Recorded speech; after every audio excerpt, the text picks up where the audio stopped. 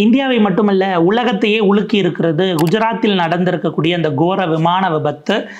எல்லோரும் நம்ம கடந்த அரை நாளா அத தான் பார்த்துக்கிட்டு இருக்கிறோம். பலவிதமான செய்திகள் வந்திருக்கிறது.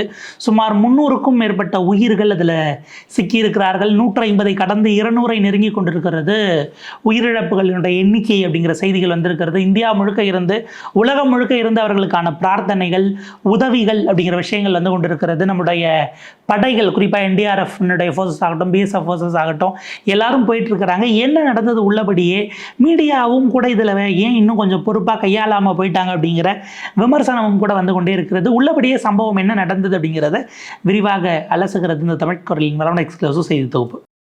இன்று மதியம் ஒரு 1:45-2 மணியிலிருந்து வரக்கூடிய செய்தி மிகப்பெரிய விமான விபத்து. குஜராத்திலிருந்து ஆரம்பத்தில் என்ன சொன்னாங்கன்னா, குஜராத்தை நோக்கி வந்துகிட்டு இருந்த விமானம் விபத்துக்குள்ளாயிருச்சு அப்படின்னாங்க. அதுக்கப்புறம் தான் செய்திகள் உறுதிப்படுத்தப்பட்டது.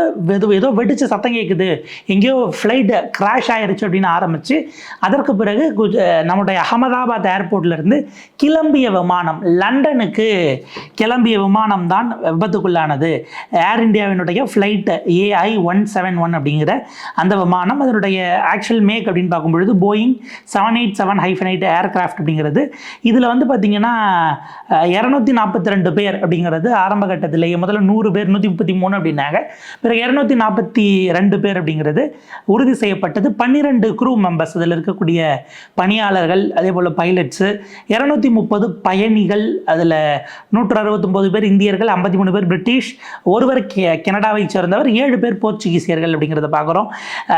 2 கை குழந்தைகள், அப்புறம் 11 சிறார்கள், 12 வயதுக்கும் உட்பட்டவர்கள் ஒரு 13 பேர் போயிருக்கிறாங்க அப்படிங்கிற செய்திகளும் தான் முதல்ல வெளியாச்சு. ஆரம்பத்தில் அந்த இடத்திற்கு லோக்கலில் இருந்து தான் ஆட்கள் போகிறாங்க. அங்கே இருக்கக்கூடிய லோக்கல் ரெஸ்கியூ டீம், ஏர்ஃபோர்ஸ்லேயே உங்களுக்கு எப்பயுமே வந்து பார்த்தீங்கன்னா பல நேரங்களில் ஒரு பேக்கப்புக்குன்னு சில விஷயங்களை வச்சுருப்பாங்க. அது நீங்கள் ஃபயர் சர்வீஸ் ஆகட்டும், ரெஸ்கியூக்கான ஆம்புலன்ஸஸ் ஆகட்டும். பட் அது ஒரு ஃப்ளைட் கிராஷ் ஆகிற இடத்துக்கு போதாது. ஸோ இமீடியட்டாக தலைநகரம் உஷார்படுத்தப்படுகிறது அகமதாபாத்தே தான் அப்படின்னும் போது அங்கே இருந்து மூவ் பண்ண ஆரம்பிக்கிறாங்க. இந்த செய்தி 2 மணிக்கு வந்த பிறகு நேரடியாக நம்முடைய அங்கே ஏர்போர்ட் அத்தாரிட்டிக்கு அங்கே தகவல் போய் அங்கேருந்தே போகுது. இதில் என்னென்னா, அது விமானம் விழுவதற்கு முன்பாகவே பைலட்டுக்கிட்ட இருந்து மேடே அப்படிங்கிற மாதிரி, மேடே கால் அப்படின்னு சொல்லுவாங்க.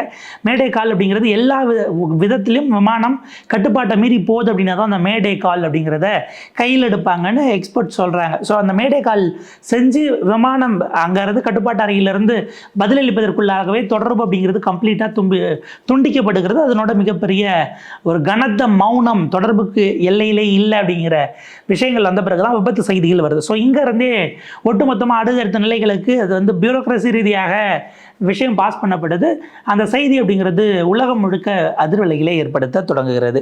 இதில் குறிப்பாக இங்கேருந்து லண்டனுக்கு கிளம்பிச்சு அப்படின்னா, விமானம் கிளம்பி ரொம்ப நேரமெல்லாம் இல்லை, ஒரு 1:38க்கு அவர்கள் கிளம்புகிறார்கள். இதை வந்து ஏர் இந்தியா அது அதிகாரப்பூர்வமாகவே அறிவிக்கிறாங்க. 1:38க்கு அவங்க கிளம்பினது தான் அடுத்த சில நிமிடங்களிலேயே, ஒரு 6-7 நிமிடங்களுக்குள்ளாகவே அது போயிட்டு பக்கத்தில், அதாவது அதனுடைய ஹைட் ஒரு குறிப்பிட்ட ஹைட்டுக்கு மேலே போயிட்டு அதுக்கப்புறம் தான் பறக்க தொடங்கும். அந்த எலிவேஷன் ஆகி ஹைட் போனதும் அந்த இடத்திலிருந்தே அப்படியே டவுன்ஃபாலை நோக்கி போயிருக்கிறது என்பது தான் முதற்கட்ட தகவலாக இருக்கிறது. இதில் வந்து பார்த்தீங்க அப்படின்னா, அடுத்த கட்டமாக, ஏன்னா இது நேரடியாக போய் எங்கே லேண்ட் ஆகுதுங்கிறது இன்னும் கோரமாக இருக்கிறது. ஏன்னா 242 உயிர்கள் அதில் இருக்காங்க. அங்கே இருக்கக்கூடிய பக்கத்தில் BJMCன்னு சொல்லக்கூடிய ஒரு மெடிக்கல் காலேஜ், அந்த மெடிக்கல் காலேஜில் இருக்கக்கூடிய பாய்ஸ் ஹாஸ்டல், கேன்டீனு, மதியம் கிட்டத்தட்ட 60-70 டியூட்டி இன்டர்ன்ஸாக இருக்கக்கூடிய UG PG பண்ணக்கூடியவங்க, டாக்டர்ஸ் இருந்திருக்காங்க.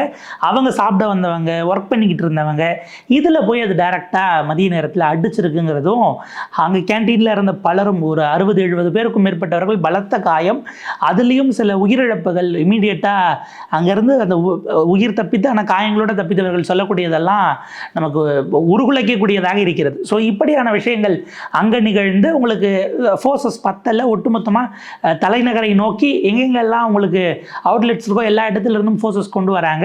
ஸ்டேட்டில் இருந்ததெல்லாம் டிப்ளாய் ஆனதோடு இல்லாமல் NDRF தேசிய பேரிடர் மீட்பு படைக்கான செய்திகள் போய் அவங்களுமே ஃபோர்ஸஸை உள்ளே கொண்டு வந்து இறக்குறாங்க. 2 BSF டீமுமே உள்ளே போயிருக்கு, 6 NDRF என்டிஆர்எஃப் டீம், இதை நம்ம பேசுகிற வரைக்கும் போயிருக்கு. இன்னும் ஒரு 3 என்டிஆர்எஃப் டீமோ மற்ற சிஏஎஸ்எஃப் பர்சனல்ஸோ இல்லை மற்ற சிஆர்பிஎஃப் வீரர்களோ, சிஆர்பிஎஃப் இதில் மேக்ஸிமம் வர மாட்டாங்க, மற்ற பர்சனல்ஸை அங்கே இருக்கிறவங்கள ரொட்டேட் பண்ணுறது அப்படிங்கிறதுக்கான வேலைகளும் போய் கொண்டிருக்கிறது. உலகம் முழுக்க இருது. ஏன்னா இம்மீடியட்டாக இது நடந்ததும் உங்களுக்கு அந்த 1:30-2 மணிக்கே சஸ்பெண்ட் பண்ணுறாங்க. இதுக்கப்புறம் அகமதாபாத் விமான நிலையம் அதனுடைய சேவைகளை நாங்கள் நிறுத்தி வைக்கிறோம் அப்படின்னு உடனடியாக சொல்லிட்டாங்க. ஏன்னா அடுத்தடுத்து விமானங்கள் இறங்க வரும், கிளம்ப வரும், இது எல்லாத்தையும் டெர்மினேட் பண்ணுறாங்க. இங்கேருந்து கிளம்பி விமானம் சென்னையிலேருந்து அங்கே போகிறதுக்கு கிளம்பினது அப்படிங்கிறது திரும்ப இங்கே திருப்பி விட்டுறாங்க.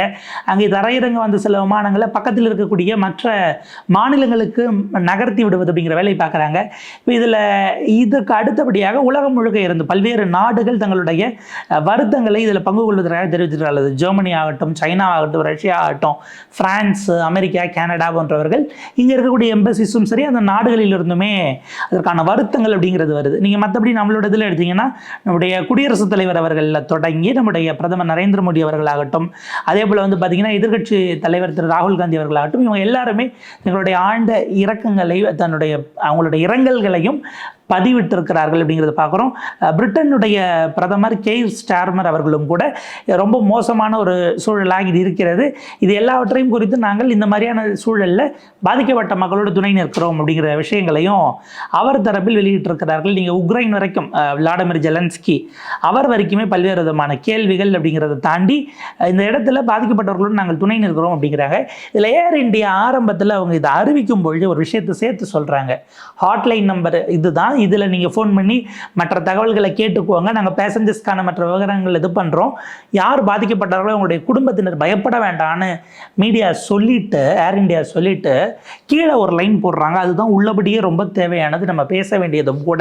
நீங்கள் பாருங்கள், note to editors, all Air India request media person not to call the dedicated passenger hotline number. இது வந்து உள்ளபடியே மிக மிக மோசமான ஒரு நிலைக்கு போய் மீடியா கடந்த காலத்தில் போகிற வச்சே நீங்கள் டிஆர்பிக்கு கண்டெஸ்ட் பண்ணிங்களா அப்படிங்கிற ஒரு விஷயத்தை கூட கிளப்பினாங்க.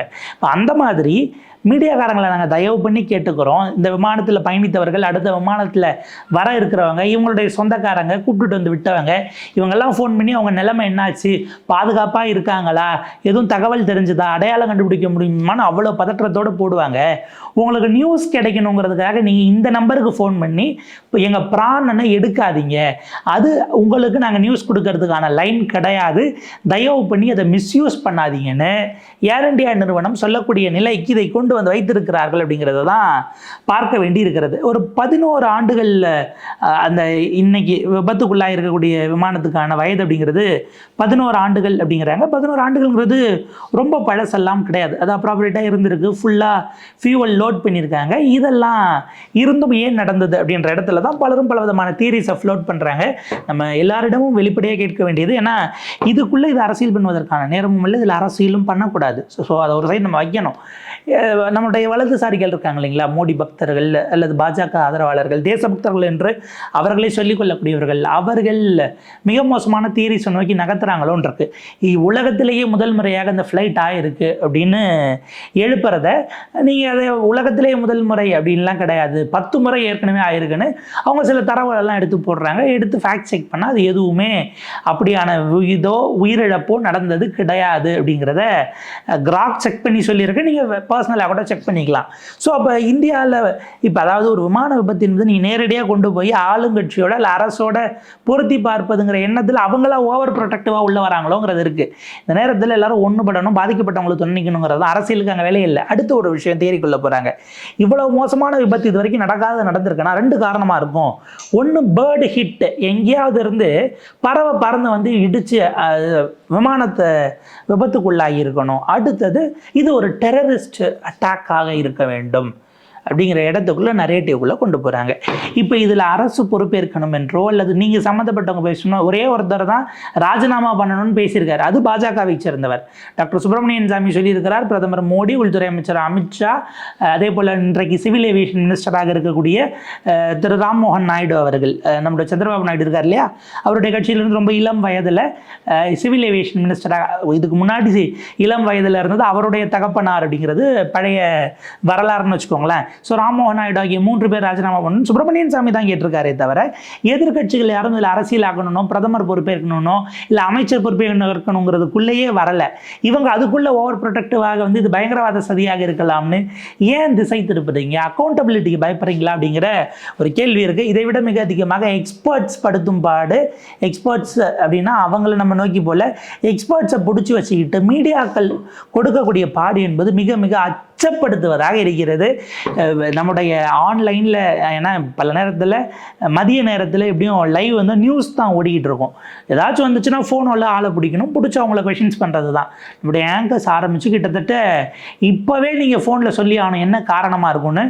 முன்னாள் பைலட்டுகள், ஓய்வு பெற்ற ஏர் மார்ஷல்ஸாக இருந்தவர்கள், அதே போல் வந்து பார்த்திங்கன்னா ஏர்போர்ட்டில் இதுக்கு முன்னாடி வேலை பார்த்தவர், ஏர்போர்ட்டில் இதுக்கு முன்னாடி மேனேஜராக இருந்தவர், இந்த மாதிரியான ஆட்களை முன்னாள் ஓய்வு பெற்றவர்கள் பிடிச்சி வச்சுக்கிட்டு அவங்களுக்கு ஃபோன் பண்ணி என்னவா இருக்கும் சார், ஒருவேளை டக்குன்னு பவர் சப்ளை கட் ஆகிருக்குமா, ஒருவேளை ஃபியூவல் இன்ஜின் ரெண்டுமே ஒரே நேரத்தில் சீஸ் ஆகிருக்க வாய்ப்பு இருக்கா, ஒருவேளை அட் அ டைமில் இப்படி ஆக வாய்ப்பு இருக்கான்னு அவங்கள போட்டு அவங்கள பேச வச்சு இது எல்லாமே வந்து பார்த்திங்கன்னா பல நேரங்களில் அச்சப்படுத்தக்கூடியதாக அப்படிங்கிற ஒரு பாயிண்ட் இருக்குது. அதில் ஒரு ஸ்ப்ரீயில் நீங்கள் வந்து ஒரு எரிமலை வெடிக்கக்கூடிய சூழலுங்கிற மாதிரி அந்த பயத்தை நீங்கள் ஹேண்டில் பண்ணுறதுலேருந்தே கேட்கக்கூடியவர்களுக்கு ஒரு மிகப்பெரிய பயத்தையும் பதற்றத்தையும் உருவாக்கக்கூடியதாக அது மாறி இருக்கிறது. மீடியா அதில் உள்ளபடியே ரெஸ்பான்சிபிளாக இன்னும் பெட்டராக ஹேண்டில் பண்ணல. என்ன கேட்டால் இன்றைக்கி நைட்டு நீங்கள் உட்காந்து இதுக்கு விவாதமெல்லாம் வச்சுட்டாங்கன்னா அது இன்னும் மோசமான ஒரு பிம்பத்தை கொடுத்துருமோ. ஏன்னா முன்முடிவோடு நீங்கள் எதை வச்சு வருவீங்க? நீங்கள் ஏர் கிராஷ் ஆகுது அப்படின்னா விமான விபத்துகள் நடந்தால் அதை விசாரிப்பதற்கென்று தனியாக ஒரு இன்வெஸ்டிகேட்டிவ் ஸ்பெஷல் ஏஜென்சி இருக்காங்க. அவங்க விபத்து நடந்ததுமே அந்த இடத்துக்கு ஸ்பாட்டுக்கான இன்வெஸ்டிகேஷனுக்கு போயிட்டாங்க.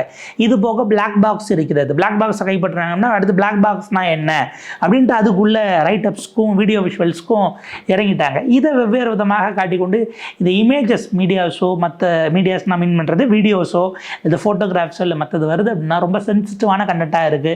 ட்ரிகர் பண்ணும் அப்படின்னா குறிப்பிட்ட வார்னிங்கோட அதை வந்து ப்ராபப்ளி ஹைட் பண்ணிவிட்டு கன்சென்ட் கொடுத்து உள்ளே வர மாதிரி இப்படியான விஷயங்களை போடுவது என்பது ஊடகங்களுக்கு சரியான ஒரு விஷயமாக இருக்கும். ஏன்னா பலருக்கும் கூட இது எந்த அளவுக்கு சுழற்சிக்கு போகுது, இதை எடுத்து போட்டு உயிரிழந்தவர்களை எடுத்து போட்டு அதில் வாழ்க்கை தத்துவங்களை போடக்கூடிய ஒரு ஃபேக்ஷன் கிளம்பியிருக்கு.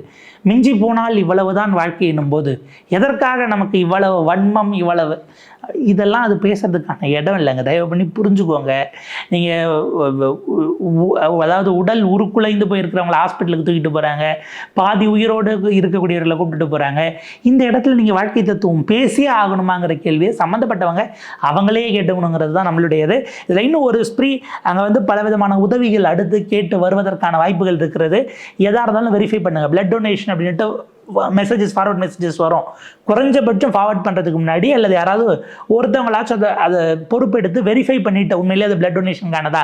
ஏன்னா பழைய ஃபார்வர்ட் மெசேஜ் அதே ஹாஸ்பிட்டலாக இருக்கும், வருஷ கணக்கில் சுற்றிக்கிட்டு இருக்கும். அந்த மாதிரிலாம் இருக்காங்கிறத கிராஸ் செக் பண்ணுங்கள். வாலண்டியர்ஸாக எடுத்து அது மானிட்டரி ரிலீஃபோ இல்லை பொருட்களுக்கான ரிலீஃப் அந்த மாதிரி எதுவும் செய்கிறாங்க அப்படின்னா அதில் ப்ராப்பராக என்ஷூர் பண்ணிவிட்டு கிராஸ் செக் பண்ணிவிட்டு உங்களுடைய உதவிகளை கொடுப்பதற்கான வேலைகளை பார்த்துக்கோங்க. பேக் ட்ராக் பண்ணுங்கள்.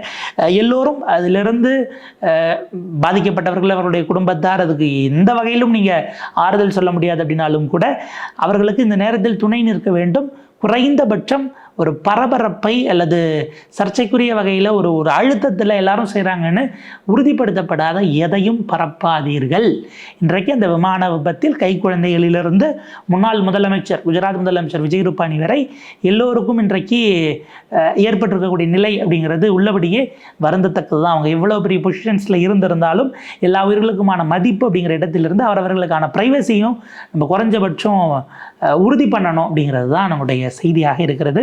இதிலிருந்து மீண்டு வர வேண்டும். சம்பந்தப்பட்டவர்களுக்கு நம்முடைய உறுதுணையையும் ஆறுதலையும் பதிவு செய்வோம்.